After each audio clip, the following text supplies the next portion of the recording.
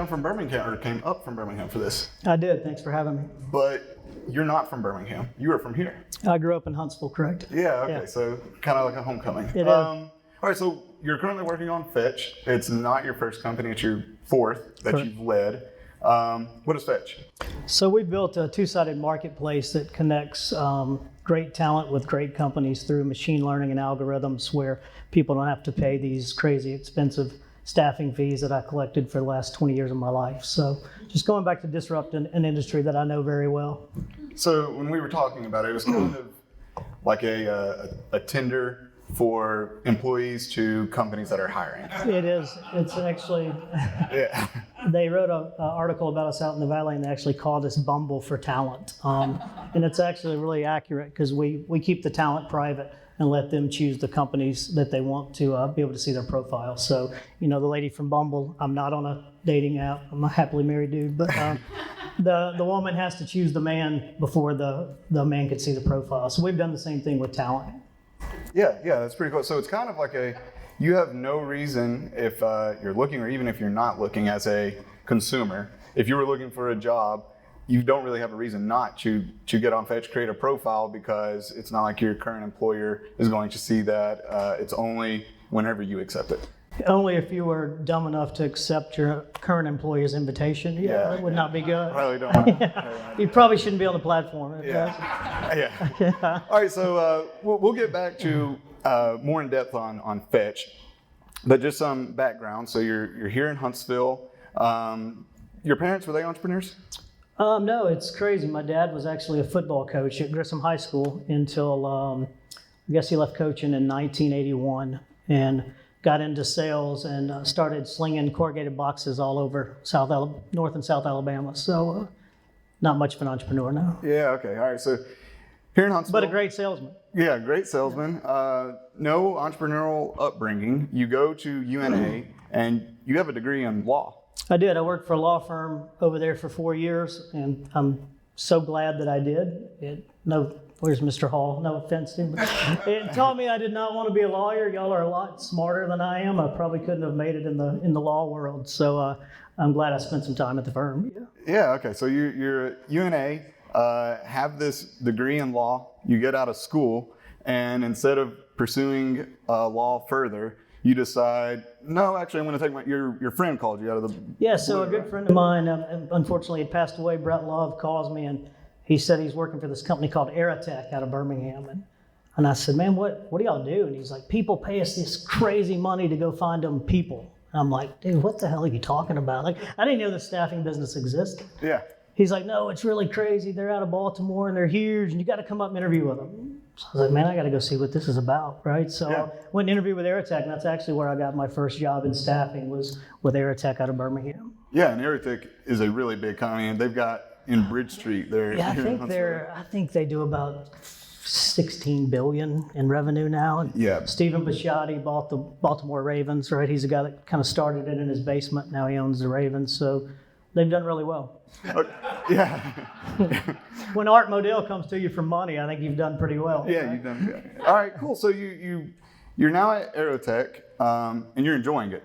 You enjoy yourself. Yes, no, you like the job? It was fine, right? Did you like working for someone else? I mean, it's your first job. It was a little boiler room mentality for me. The atmosphere at Aerotech was a little different, but they had some killer training for staffing, probably the best training in the industry. So I didn't stay very long. I was only there about 2 years. Yeah, so you're there for 2 years, but you learn about staffing. You had no background in staffing, but then you go to another staffing place, right? I went to another large staffing firm called ProStaff, and they're out of Minnesota. And that's where I met my ex-business partner, Brian Pitts. He and I got together and formed ITAC from ProStaff. Yeah. Went through a horrible non-compete lawsuit, and Mr. Hall's firm represented us proudly, and it was a mess, dude. Yeah, so we definitely want to hear about that. While you're there at ProStaff, you and Brian, that was his name, That's right? correct. So you and Brian are talking over the kitchen table, and you're like, you know what, this is really cool. We're making ProStaff a whole lot of money. why don't we just go off and do this on ourselves? But you opened up a division for pro staff, right? That's correct, the IT division. Mhm. Yeah, so in the IT division, I mean, you were telling me some of the numbers for it. I mean, you just killed it. Yeah. I mean, it was going really well. And then Brian was more on the accounting side, right? He was a CPA, correct. Okay, all right. So you and Brian at the kitchen table, you're like, you know what? Let's get out there and do this. And this is actually literally the exact same thing as what you had been doing at Pro Staff. That's correct. Yeah, so you're like, hey, let's we were definitely violating our non-compete. Yeah, so all right. No question about it. Yeah. So you and Brian are, what are you, like 26, 27? Probably, mid-20s probably at the time. Yeah, okay. So you quit. Did you already have income whenever you quit, or did you? What was the game plan? Yeah, we didn't. Right, I've been trying to get Brian. I'm looking at Brian's P&Ls. He's looking at my P&Ls. And he's an accountant, very risk averse. And I'm like, man, why are we doing this for somebody else? Let's just go do this on our own. And yeah, we're making really good money and pretty comfortable. And the threat of a lawsuit was pretty scary at that age. We knew they would come after us, but I finally convinced him to bite the bullet. So you knew whenever you quit, they're probably going to come after us. 100%. Interesting. Yeah. Okay, so did you take the time? Hey, let's read through. How can we make sure we don't break this non-compete? Or were you just like, no, let's do it? It was no, let's do it. Just deal with it when it happens. Yeah, great. All right, so you started this. Where did you have an office? What was first day like as we started at ITAC? ITAC, yeah. So we were real creative back then, right? We did IT and accounting, so we took the first two letters of each and made a company name out of it. Yeah. Completely brilliant, isn't it? Right? IT and accounting. So we started at my kitchen table at a little condo down Highland Avenue, and it was just he and I at the time. So. How long did it take to get your first client? About 24 hours, less than 24 hours. Oh, things went well. So you were making, I mean, your costs are very low for this kind of thing. There's no tech, there's no investment. It's just, hey, let's get somebody a job and we'll take money. How was your? We really tried to abide by the non-compete, right? Like we really did not go out and start calling our clients, but we were overly confident that when we left, they would call us, and they did. So did you give your clients a heads up? Hey, by the way, we're about to leave and go start this other company. If you want to call, we'll be over here. Of course. Of course. Okay. Okay, so you're there. Things are going well at ITAC. It was. Yeah. How long did it take for pro staff to catch on? Yeah, 100%. These dudes are breaking their non-compete and come Yeah, after it was you. not very long at all. It was probably within 6 months we got served. Yeah. Served. What does that mean? Means a dude showed up at my door with a package and told me to hire a lawyer and be in court. Yeah. Okay, and this is at your house? Yeah. Okay, so you're still working out of your house. But the business... And I knew who he was. He was in a tie with these little glasses. He had 2 packages and he handed me, he said, "Are you Charles Morrow?" And I was like, "Yeah." He handed me mine and I said, "Hey man, is that the other one for Brian Pitts?" And he's like, "Yeah, it is." I was like, "Well, dude's sitting at my kitchen table, man. You want me to give it to him?" And he's like, "Well, I actually have to hand it to him." I said, "Well, come on in, man." I had this white boxer named Tupac, right, that jumped all over him when he came in the door. He's like, "Man, that was the easiest serve I ever had in my life." It's not your fault, dude. I'm mad at you. Yeah. All right, so 6 months in, and now whenever you get served like that, what does that mean? Is it a cease and desist? You got to just show up in court, but you can keep running your company? What does that mean? Yeah, so they were pretty pissed off. They didn't even go the cease and desist route. It was a see you in court type of mentality immediately. Actually, the judge was from Huntsville, Linwood Smith, Judge Linwood Smith here. So off we went. Yeah. Okay. So you're 27. You had never started a company before. You start your company, and within 6 months, you're now getting sued. What's your thoughts of this? Is it, okay, actually, you know what, forget this, I need to go back and work for someone else because this is not worth it? Or is it, oh, this is fun, this is what I signed up for? No, it was more of, man, this is what we signed up for, right? I mean, we absolutely knew it was going to happen. And we didn't think it would happen that quick, but it did. And so we engaged Bradley Arant. I don't think they thought that we had the money to fight it. I think they thought we would just kind of go away quietly, and we didn't. We came back with a pretty big bang, and off to court we went. Bradley Arant, which Steven's here. They're great firm, by the way. Yeah, did an amazing job. Based out of Birmingham, is that right? Is that y'all's headquarters? That's corporate, right? Ish. The largest office. Yeah. The largest office. Okay. So you had a good law firm. How long did this whole thing take the lawsuit and everything? Man, I don't remember exactly. It went on for several months. And you know what ended up happening, long story short, we presented everything and Linwood said, hey, look, if y'all take this thing to trial, here's probably how I'm gonna rule, unless y'all just bring some crazy evidence that changes my mind. But from what I heard, this is probably how I'm gonna rule. And you know, I had a non-compete that was 18 months and 25 miles. And Judge Smith said, Chase, that's fairly reasonable, right? You could have gone to Coleman and started your staffing firm, but you decided to do it in Birmingham, so I will probably uphold your non-compete. Brian, my partner, the company at the time I told you was out of Minnesota, and he had a non-solicit. He didn't have any industry experience, so that didn't make him sign a true non-compete like I had. And they left it under, his agreement was under Minnesota terms. They didn't change the paperwork, so it didn't say Birmingham. So Linwood was pretty much like, man, I'm gonna throw the non-solicit out. ITAC can stay open because they're trying to shut us down completely, right? You know, Ryan, you can stay here and run ITAC. Chase, you need to go 25 miles outside of Birmingham for 18 months, and then you can come back and do whatever you want to. So I actually moved back to Huntsville, rented an apartment downtown, and opened an ITAC Huntsville office. Yeah, okay. And and got reacquainted with my wife and got married when I was here. yeah, that's what. Thanks, pro staff. Yeah, yeah. So, Or maybe not. so it wasn't all bad. It was. No, I mean, it was It was just stressful. stressful during the time. But you got a wife out of it. You got a company that Yeah. that is still. It's an expensive life. Yeah. Okay, so you're in Huntsville. You stay here for 18 months. Mm-hmm. You continue around ITAC. You go back to Birmingham. That's correct. Yeah. And you're back in Birmingham with Brian. You brought the wife back. Probably. Yeah. Things are going well. She was in the back of the truck. Things are going well at ITAC. Yeah, And then you had an offer, an acquisition offer from a big company, right? we did. So we, in a very short period of time, after we got kind of past the lawsuit stage and could really focus on what we were trying to do, we made the Inc. 500 fastest growing companies in the nation fairly quickly, and we just started killing it. And a large company came in and made a incredible offer to purchase ITAC, and I'm jumping up and down like, hey man, let's sell this thing. This is why we started it, to flip it. And I don't think I've ever met a company I like enough not to sell. At least I haven't yet. Yeah. So I was ready to sell it, and Brian had changed his mind and decided he wanted it more as a lifestyle business. And there's not a right or wrong answer to that question, right? Things change over an 8 to 10 year period. So we just I realized he wanted it as a lifestyle business, and I didn't want to be in the staffing business for the rest of my life. I wanted to go do other things and create cool things. So Yeah. So you said 8 to 10 years. So it was from time so I think you it was- started it. I think it was roughly right around 9 years. Yeah, 9 years or so. 9 years. Okay. Whenever you started ITAC, was it you and Brian 50-50, or y'all had? So it was myself and Brian, and then there's an accounting firm in Birmingham that started out with us.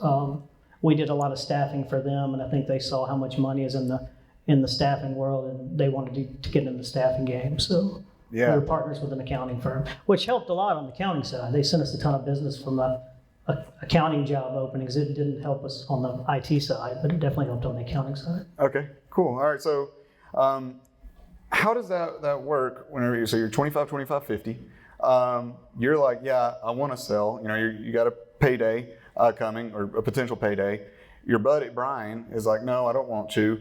How did you and Brian talk that out? I mean, you're still friends? Yeah, totally. There's buy-sell agreements that kind of outline all those things and how it happens. And really, the accounting firm, they had made so much money at that point, they honestly said, you and Brian need to just get together and work it out. It doesn't really matter to us because we can continue to make the money we're making, or we can sell it. It doesn't matter. And so Brian and I got together, and we made an agreement to tell the other firm no, and that we were really going to focus on growing and opening a bunch of offices, right? I was like, look, dude, if we're going to tell these people no, you got to commit to me. Let's go grow like them. At the time, they were doing $500 million in revenue. The staffing company that was trying to buy you. Yeah, and they started 2 years before we did. We were doing $14 million in revenue. And I'm like, I want to go be them, dude. I don't just want to be a boutique staffing firm. So we all agreed we were going to go grow and put some money back into the business and not just kind of, stick it in our bank accounts. And that's what I was excited about. 6 months into it, it became pretty apparent to me that that just wasn't the case. So I went back to Brian and we got back into the lifestyle business conversation. And it's like, dude, you don't want to grow this thing, do you? He's like, man, I am good where we are. I'm like, all right, well, I'm not. So we got to do something different. So I actually handpicked 5 people in the company that had really busted their ass to get us to where we were. And I told Brian I was going to sell my shares to those 5 people because they really deserved it. And there's no way they were ever going to be able to become owners if somebody didn't do that. Brian wasn't going to do it because he didn't want to go anywhere. The accounting firm certainly wasn't going to do it. So I just like, hey, I'll sell it to these guys. And I told Brian he could add to that list if he felt like others deserved, but he couldn't take away from that list. And I told the accounting firm they couldn't have any of it. Yeah. All right, so you sell your shares to these 5 people. At that point, is that a big payday? Is Chase able to live forever and just be happy and not ever work again? What's that like? What's that look like? It afforded me to take, I took 2 years off. I didn't do a whole lot for 2 years. Yeah. I would not recommend that at 35 years old. Almost killed me a couple times. But it was fun. It let me kind of get my head around what I wanted to do next. But it wasn't a payday to where you never have to work again. But okay. It was a nice payday for sure. Good payday. Mm-hmm. All right, so you're off for 2 years, doing whatever you're doing for 2 years, not working. And then you decide, I'm ready to start working again. Whenever you left ITAC, though, you kind of made the same mistake that you had made even from the first time, right? You had non-compete there as well? Yeah, so I did have to, of course, when they purchased, I had to sign another non-compete when I sold ITAC. And I also kept a chunk of the company. I kept 10% of the company at the time. Okay, yeah. And I'd always had in my head it was Match.com back then, right? I don't think Bumble was around yet, but I really had in my head this Match.com for talent and companies. And I couldn't figure out why it still takes this expensive middle person to make these deals happen with the way technology is done now. And I was a little, to be honest with you, frustrated with the industry itself. I would look out and they call it the bullpen, right? And it's these 80 recruiters and they're really, really young out of school folks and they're working on these crazy high-end CFO positions and it's bizarre, right? They don't know anything about accounting. And I'm thinking, man, if I'm a CFO, I would rather a CPA work on finding me a job than someone that's right out of school and doesn't know a lot about accounting. So I was kind of disenchanted with the whole staffing industry. So when we launched Moxy, we were going to purely focus on IT, but we had our own software division, we had a couple of developers from Microsoft, and then we had our own web division. So the mindset behind Moxy was we're going to know how to recruit better because we know how to do this stuff ourselves. And if you need us to develop software, you can throw us the software and we'll build it. Or if you need a body, I'm going to send a body to you and they're going to be better qualified because my IT folks had actually sat down and qualified them. So it just worked. Yeah. So the next company is called Moxy, correct, that you started. But even to start Moxy though, what'd you have to do to? I mean, here you are. That's what I was saying. You're in a similar situation. What'd you have to do to start Moxy? You had to sign this non-compete over. Yeah. So I really went back to Brian and I was like, look, dude, I don't want anybody pissed. I don't want any gray areas. Only way I know how to do business is everything's on the table, up and up. I'm going to start this company called Moxy. And we're going to build software and we're going to do marketing and branding. But if somebody asks me to supply a body, I'm going to supply that body, and that's staffing, and I would be violating my non-compete, and I don't want to do that with you guys, even though we started this company violating non-compete. But it's irrelevant. Yeah. So I negotiated with them, not very well. I didn't have a whole lot of leverage, to be honest with you, right? I wanted out of my non-compete to be able to do what I wanted to do, and so they came back with a number of this is what it's going to take, and I don't know if they thought I was going to say no or what, but I said yes, and we signed a deal, and they tore up my non-compete. So you went all in. I mean, I'm guessing during that you had to give up the 10% of the company. So you no longer owned any of this other company that was doing well. I mean, the company still exists right now, doesn't it? Doing very well. Yeah. So you gave up 10% in this big successful company that you had started, and you also, on top of that, had to pay some money to start this. So you're all in That's correct. In a pretty big way. All right. So you start Moxy. It's doing something similar. You offer both okay, we can fix your problem, or we can give you the person that fixes your That's problem. right, yeah. Yeah. And it made sense to me, right? It makes sense to, if we're an IT firm recruiting on IT stuff, we should know how to do IT stuff, Yeah. right? And that was the whole basis behind it. Yeah. Where'd Moxy come from?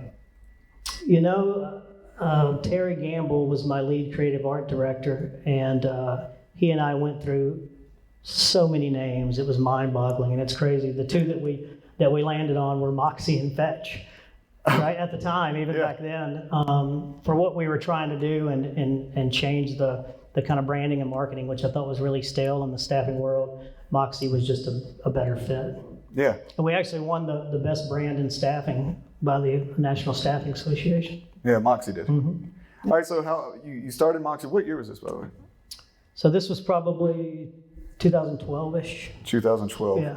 How long did it take you to get your first customer? Were you doing more of the supplying the people or fixing the problems? Man, it was kind of a 50-50, to be honest with you. On the software side of things, the two guys from Microsoft stayed incredibly busy.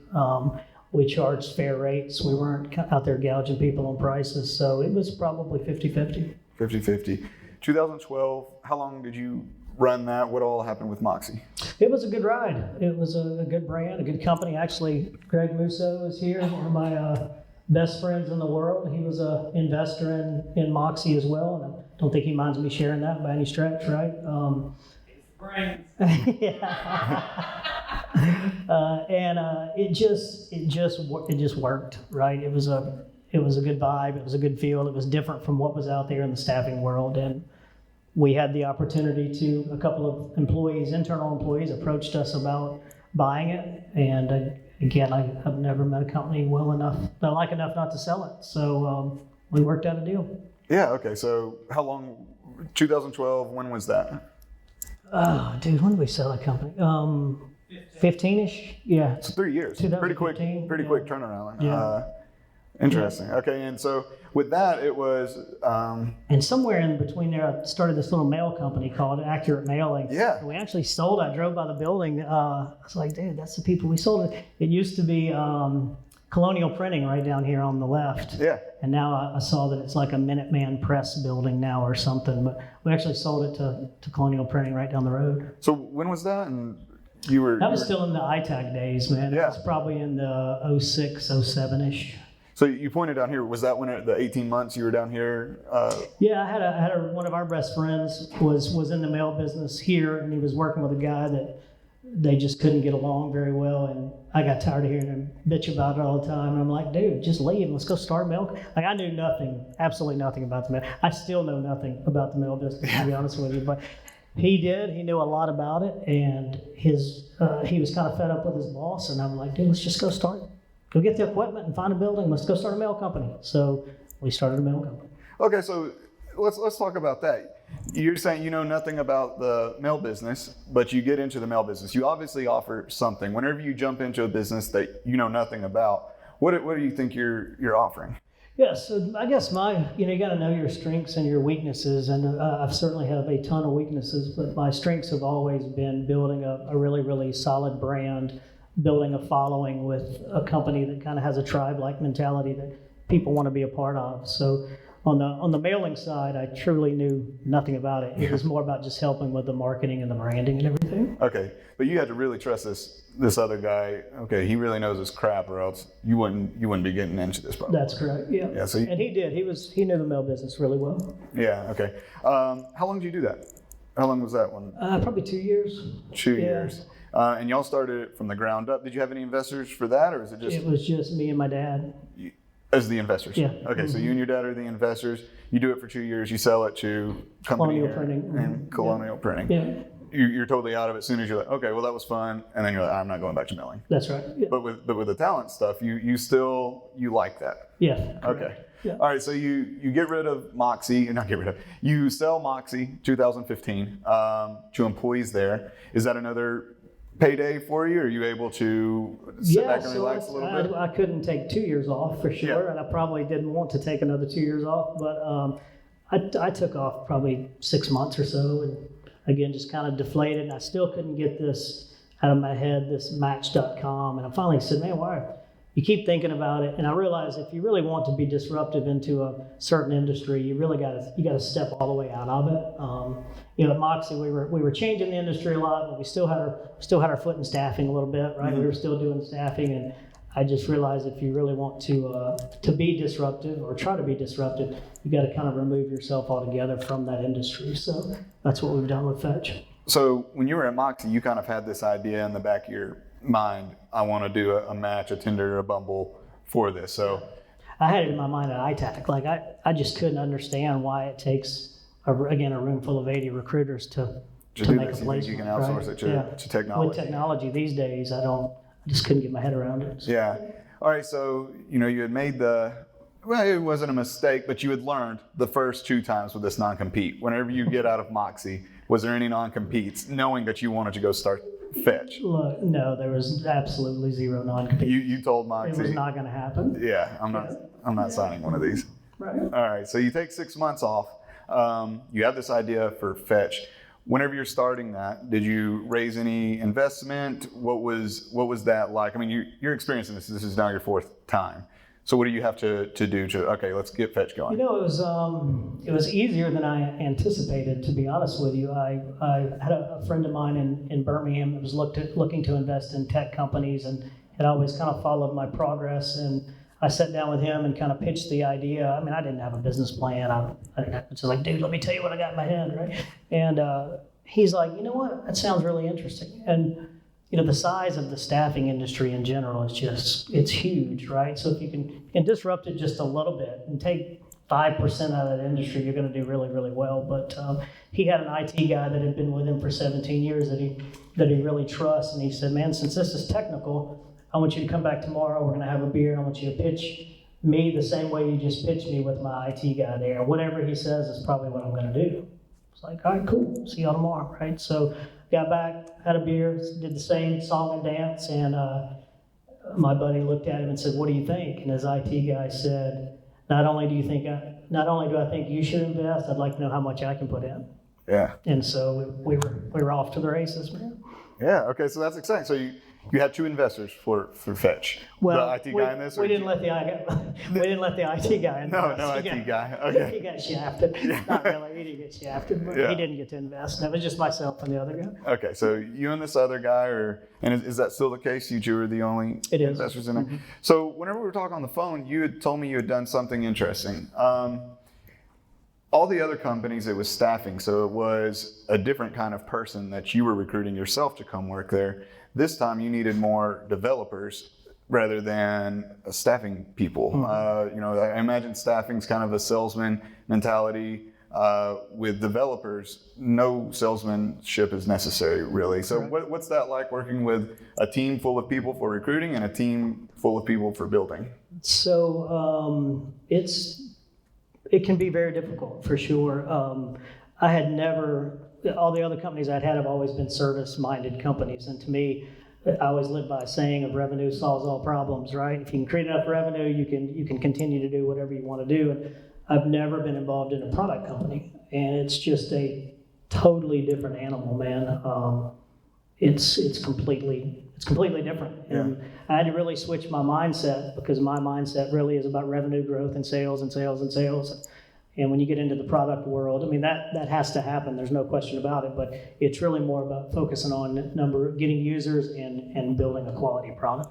Yeah, I mean, totally different mindset. You were an experienced entrepreneur at that time, but you're entered into a field, software development versus more managing people. I mean, this is a very different thing. How'd you learn it? Did you read? Did you listen to podcasts? What'd you do? Man, I really didn't. I've been around software the last 20 years of my life, so I can't put my hands on it and write a single line of code, but I certainly understand the concepts and the mentality behind it, and just hiring the right people, man. I mean, if you hire the right folks and just get out of their way and let them do their job, the 9 times out of 10, I think you're going to come out on top. Yeah. Okay. So we definitely hired the right people. This is 2016. Is that right? We started what year? I think it was mid-16. I think mid-16 ish. So did you actually hire someone? You mentioned the other day it was more contractor. So based yourself. we engaged with a group out of Birmingham. I knew the tech stack that I wanted, and I knew the tech stack that I did not want. And there was really only one group in Birmingham that were the best supposedly the best at the tech stack that we wanted. So we actually engaged them for the first, it's probably 12 months, and spent an absolute fortune that we pretty much basically threw every bit of it away and had to completely rewrite it. It just wasn't a good mix. And I should have stopped the bleeding way before I did, and I just didn't. There's a lot of different reasons for that, but I should have, I didn't. But now we've got the right group of software guys on, and they're pretty much rewriting the whole thing. Yeah, okay. It's an expensive mistake. Yeah. Real expensive mistake. And so with that, you had, how many people was it? And you had gone through this for a year, but they weren't actually employees at Fetch, were they? They weren't. They were. We contracted it out to them. Yeah, okay. Now you have these people that are building it now, is it? So now we have the developers are under our roof, which is a lot better. It's a friend of mine's company that they specialize in Rails and React. So it's still outsourced basically, but at least they're under our roof and you can get your hands on it when you want to, right? Yeah, so you can talk to them and stuff like that. So how many developers was that, and then how many people are actually part of Fetch now? So we've just went on a hiring spree, for lack of better terms. We've done what we've done with 3 people up until about 2 months ago. I just brought in a gentleman by the name of we haven't announced this yet, so he probably doesn't want me to say his name, but it doesn't matter. Stephen Johnson's his name, and he's going to come in and kind of be our CEO and my business partner. I've hired a director of product marketing, and then I've hired a CTO, and I've hired a COO, right? So I've kind of strategically started placing some folks in the C-level places to get ready for a pretty expansive growth. Yeah, it sounds like it. I mean, you've been 16, but you kind of, I wouldn't say stumbled around. You had growing pains for the first year, but you've been now developing it. You've released a beta. I mean, there's an app they could download right now called Fetch. And it's like I was telling Glenn earlier, we kind of paused right now, and version 2.0, I guess is the best way to call it. Yeah. We're probably about 60 days from relaunching that. So. All right, so when did you actually release the first version of this? Were you nervous about that? I mean, here you are, this is your first kind of app release. What was your idea on, okay, let's send it to these 10 people and they'll test it and tell us if they like it? Yeah, we did. We utilized a lot of people that I've done business with for a long time and really didn't release it to the public, but said, hey, we're going to give you a login and y'all kind of go bang around on this and tell us what's good, what's bad, what do we need to change, and the majority of them liked it, right? Like, would you use this if we continue to build it? And they were like, absolutely. That was both on the the company talent side and then the company side. Talent side, talent and consumer. Okay, so that's in 2017 when you send out your first testing? Correct. Okay, so 2017, you send that out. What are your metrics that you're gauging at that point when it's kind of a closed beta? You're not focused on growth yet. I mean, you've got a password on it, I'm guessing, or something. What are you gauging as today was successful, today was not successful? We were really just looking for feedback from a user experience standpoint. I mean, we had stared at it so long and banged around on it so long. We were really looking for just people to tell us what could make it better. You know, this day it's all about the user. It's all about, not about the software itself. It's about that user experience and creating an incredible user experience. That's what we're trying to do. Do you have someone there that sole job was UI, UX? We do. That was their only thing? And that person is on staff with us. It's not outsourced. They're not a contractor there, actually. Okay, so at what point did you take the password off? I don't really remember, to be honest with you. It was pretty quick.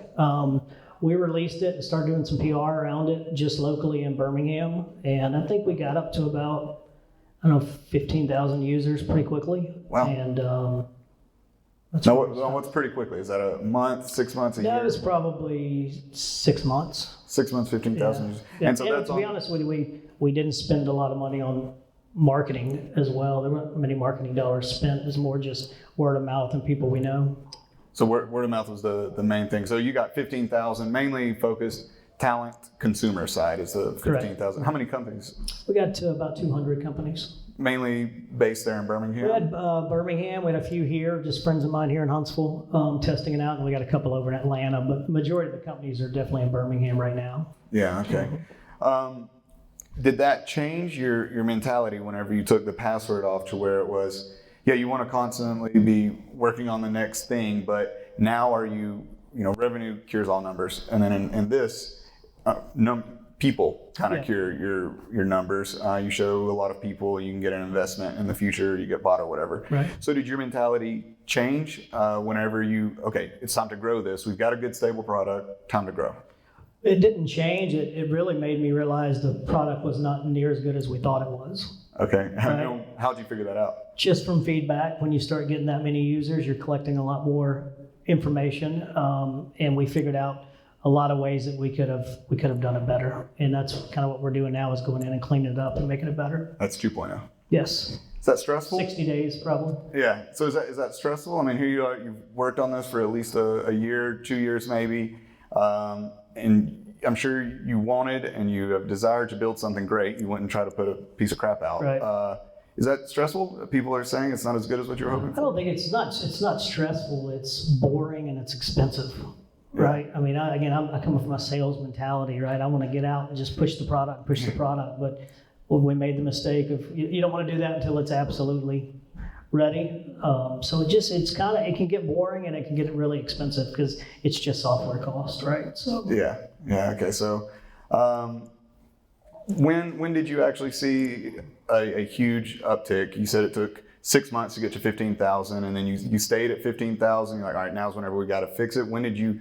Okay, we've got to really redo this whole thing. Yeah, so right when we hit close to 15,000 users and started collecting a ton of data, we realized that, man, before we go try to launch this nationally, we really need to just pause, focus, and get the tech, get it right? Yeah. So what's going to change when you try to launch it nationally? You're going from user marketing is different, the product's going to change. What's going to change? Yeah, the product's going to change. We're working with a group of data scientists out of Ole Miss right now, just building a true machine learning and algorithm type mentality. So we're working with those guys to make the algorithm more robust and deliver better quality matches. Yeah. And there's going to be a lot of change, probably a new look, a new brand. Everything's going to be different. So you got this on the product itself, maybe on the UI or the functionality of it, somewhat negative feedback. You got a lot of room for improvement, but you validated, otherwise you probably wouldn't be doing this. You validated, okay, we're onto something on people do like this idea. They might not have how we executed this, but they like the idea. Yeah. Is that the main thing you were really looking for? Yeah, and I don't want to overstate the negative. I'm probably more in tune to that than I should be, just because it's kind of my baby, right? I want it to try to be perfect. But I mean, you look at the positives, there's so many positives in it too. I bet we've placed, thousands of people have already been hired off the platform for $199 a month instead of $30,000 fees, right? So there's been a ton of success on the platform as well. It hasn't been all bad.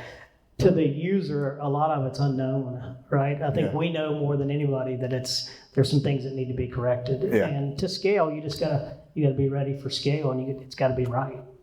So what are you going to do whenever you do try to get this nationally for marketing? That's going to be up to my director of marketing that we just hired last week. Okay.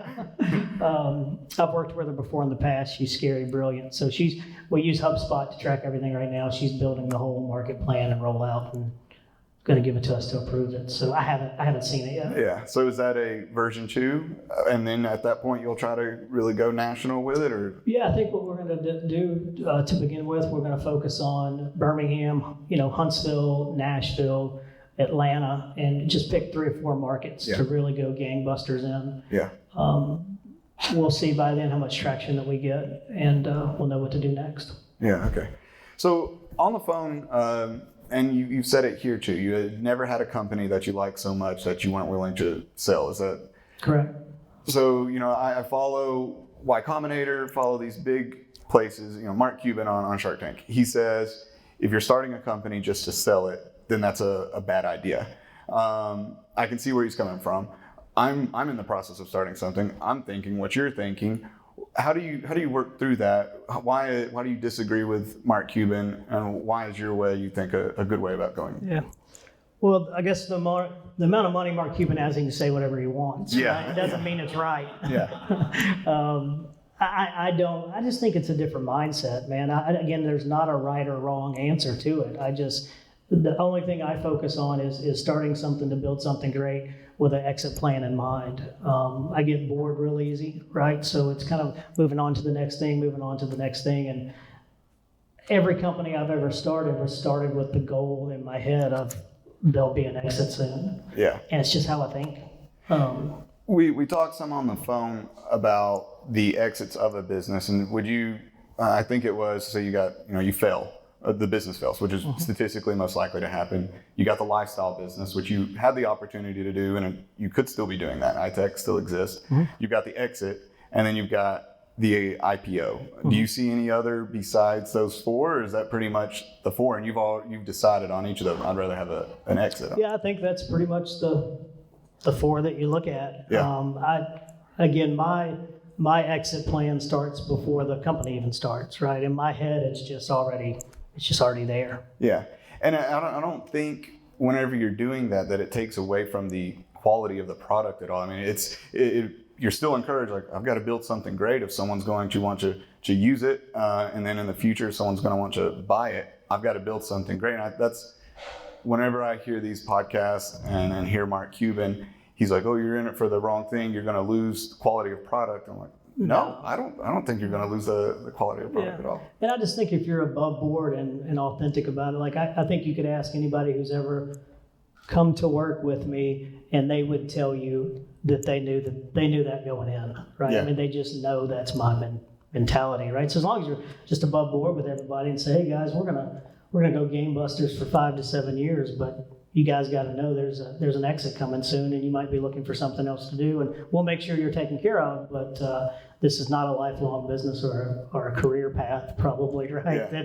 That you should hang on to. And I don't think it's ever affected the quality of people that we've been able to hire or the quality of the product that we put out. So how do you incentivize the employees? Do you give them options at Fetch, or how do you make sure, like, yeah, we're going to sell, that's our goal? How do you make sure your employees want that to happen as well? We just pay them better than others pay them. Okay.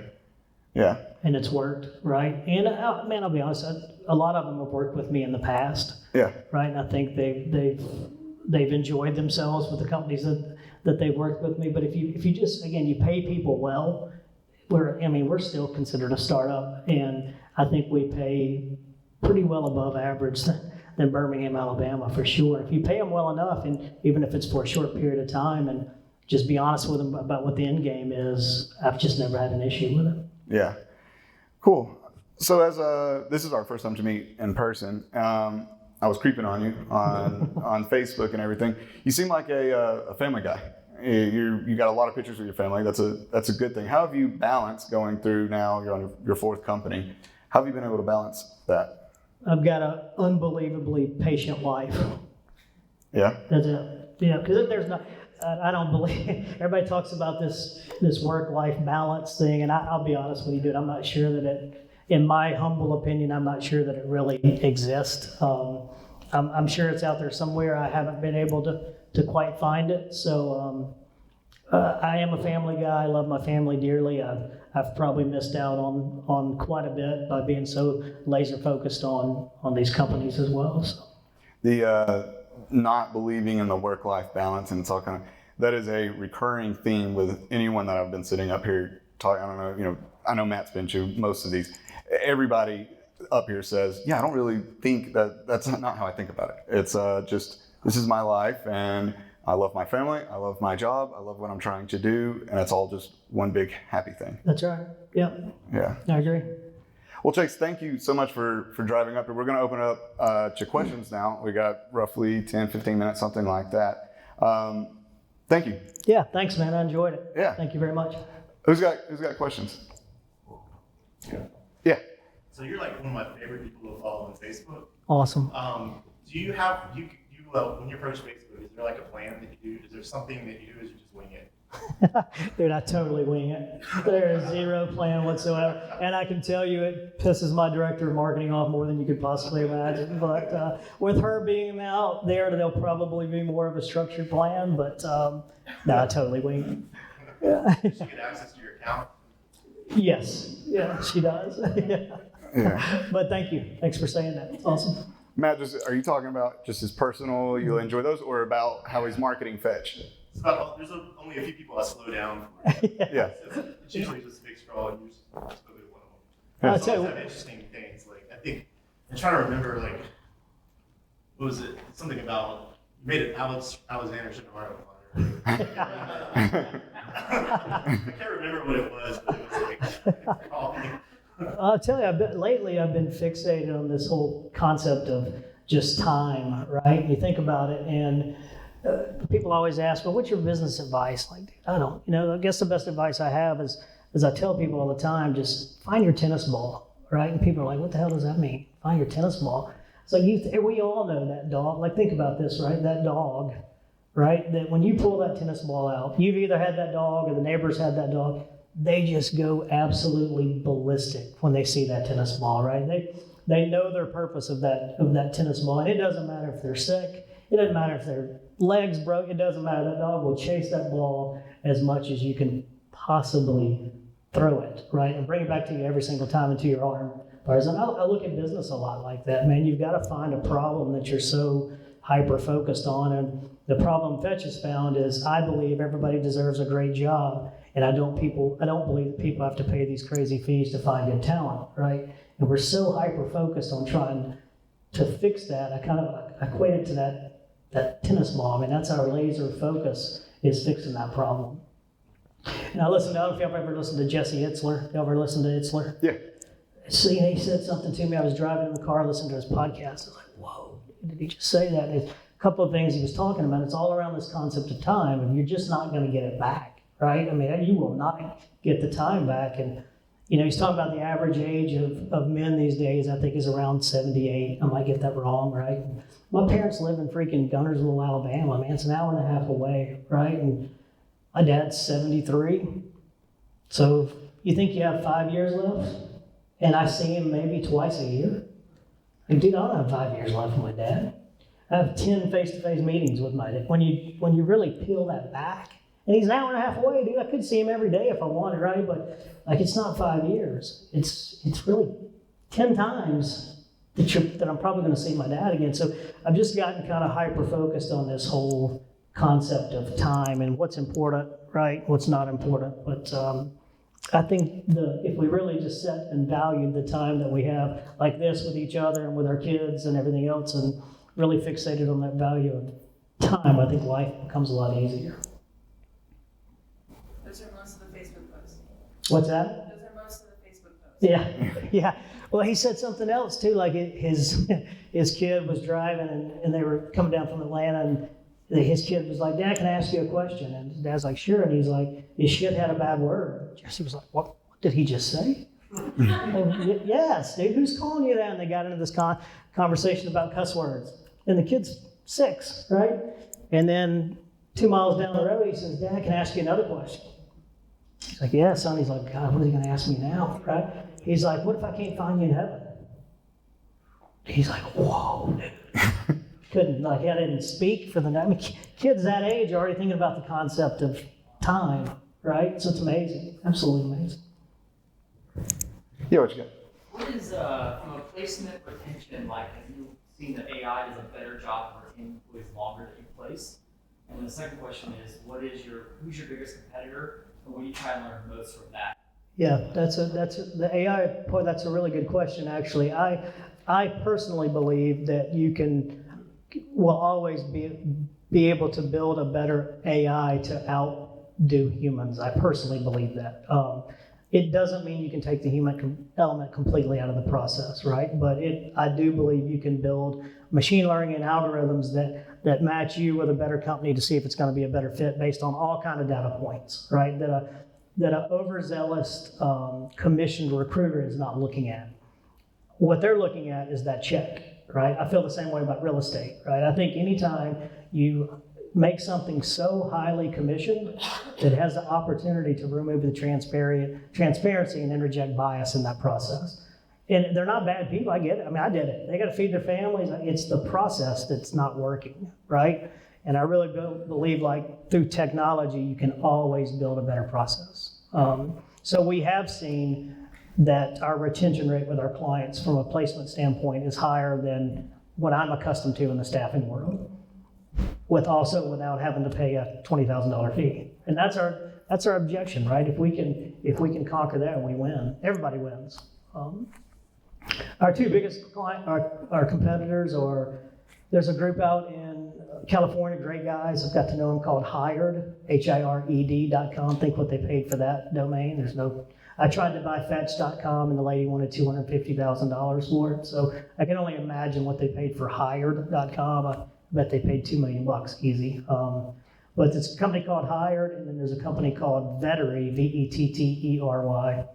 And they actually just got bought by Ronstadt, which is a huge staffing firm, for about, I think it's $128 million. Yeah. It's a good question, thank you. Have you heard of Squirrel? Oh, of course. These guys are freaking awesome. Yeah. I was just thinking about, I don't know if he's here yet, I was just talking to him. You talk about that work-life balance, and I'll not pick on, but Glenn's over there probably writing code at 6 o'clock. I'm sure he'd rather go home, but he's not, right? He's over there banging out code. But yeah, these guys are awesome. They're fantastic. You use personality styles as part of your processing algorithm? So we do. There's actually a killer company out of Nashville. I would recommend y'all all go home tonight and take it. It's called Crystal Knows. It's a horrible name, but it's a phenomenal product. They're out of Nashville. They just raised $8 million with the HubSpot and Salesforce fund. And the guy's name is Drew. I can't remember Drew's last name, but man, he has built a personality assessment thing that will absolutely blow your mind. Like it's mind-boggling. So we're actually working with him to interject that into our algorithm. It's the best one that I've found by far. Crystal Knows. Crystal Knows, Knows. That is a weird name. It's a weird name. Anybody else got any questions? Yeah, what you got? I guess from an investor standpoint, how do you value your exit, like valuation of your different businesses? Like, how do you know what number is a good number, what number is kind of out of the ballpark to sell to somebody? You just got to figure that out. It's not. So there's two answers to that question. You're not going to figure out that number, right? They're going to hire a company that comes in and figures that number out for you. Now, you're going to add back everything you can to try to beef it up, and it's a little bit of smoke and mirrors sometimes, right? But you're not going to be able to make that decision, unfortunately. Whoever's investing or buying will hire somebody to come in, an outside third party with no interest in the game, to tell you what that company's worth. What you have to do as an entrepreneur is decide whether you'll take that offer or not, right? Yeah.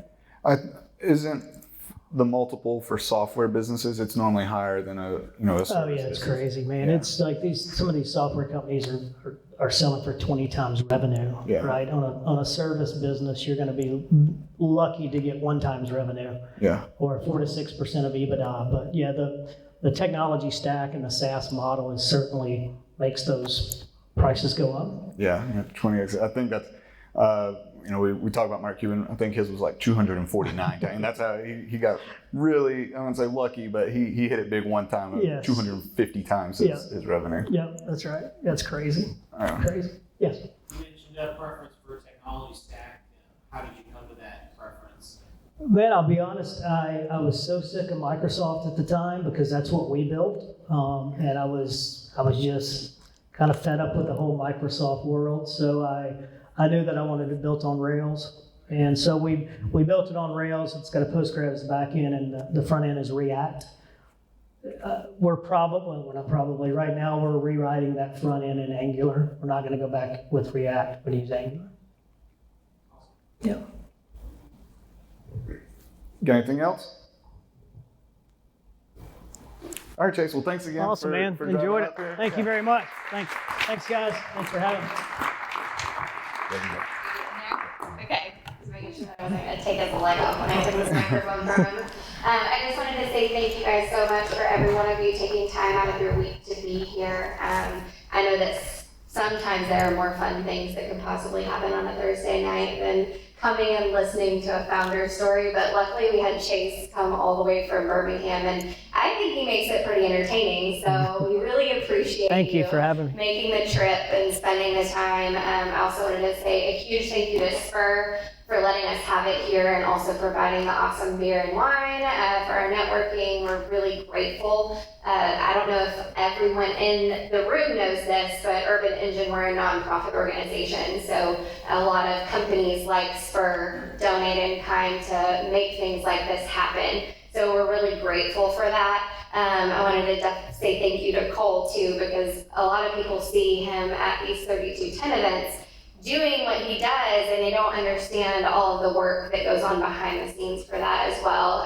Cole spends a lot of his free time with pre-interviews and making sure things are on track. And so I did want to say thank you to him as well. And if you found value in this, if you think that this is something that's important to have in the community, that it's something that we need to keep going, I just want to remind you that we are a nonprofit organization. So if you feel so compelled to, be a part of our community and donate, it's just urbanengine.org/donate. We would appreciate it. No amount is too small, because I think that what we learned here today is that, we can learn more from community than in a textbook or going to a class. That, learning from Chase and learning from Cole is something that's important to us. So I hope you guys had a great time. And our next event is August 13th. It's a Tuesday, which is a little different for us. We are actually taking over the Intuitive Planetarium with Hal and Ray from Intuitive. So there will be drinks and food sponsored by Intuitive there as well. You'll get a free little planetarium show, which is pretty cool. And then you'll get to hear Hal and Ray's founding story, which is just absolutely amazing. They've won the best place to work for the last 12 years in a row. And so, we have a lot to learn from them too. And then also Kim Lewis from Project XYZ, that's going to be at Alabama A&M University. The College of Business there is hosting that. That's August 22nd. It's the following Thursday. So if you can put those on your calendar and make sure that you come out and find them on the Facebook events. We have tickets. They're free, but tickets to the Intuitive one just because of the planetarium show. So I appreciate you guys all coming out, and you're welcome to stay and hang out for a little bit. But I know that everybody from Spur wants us to get out at 7:30, right? Y'all have a good night. Awesome. That was good. Thanks, Yeah, brother. thank you. Awesome. It was a Yeah, lot no, of fun. that was good.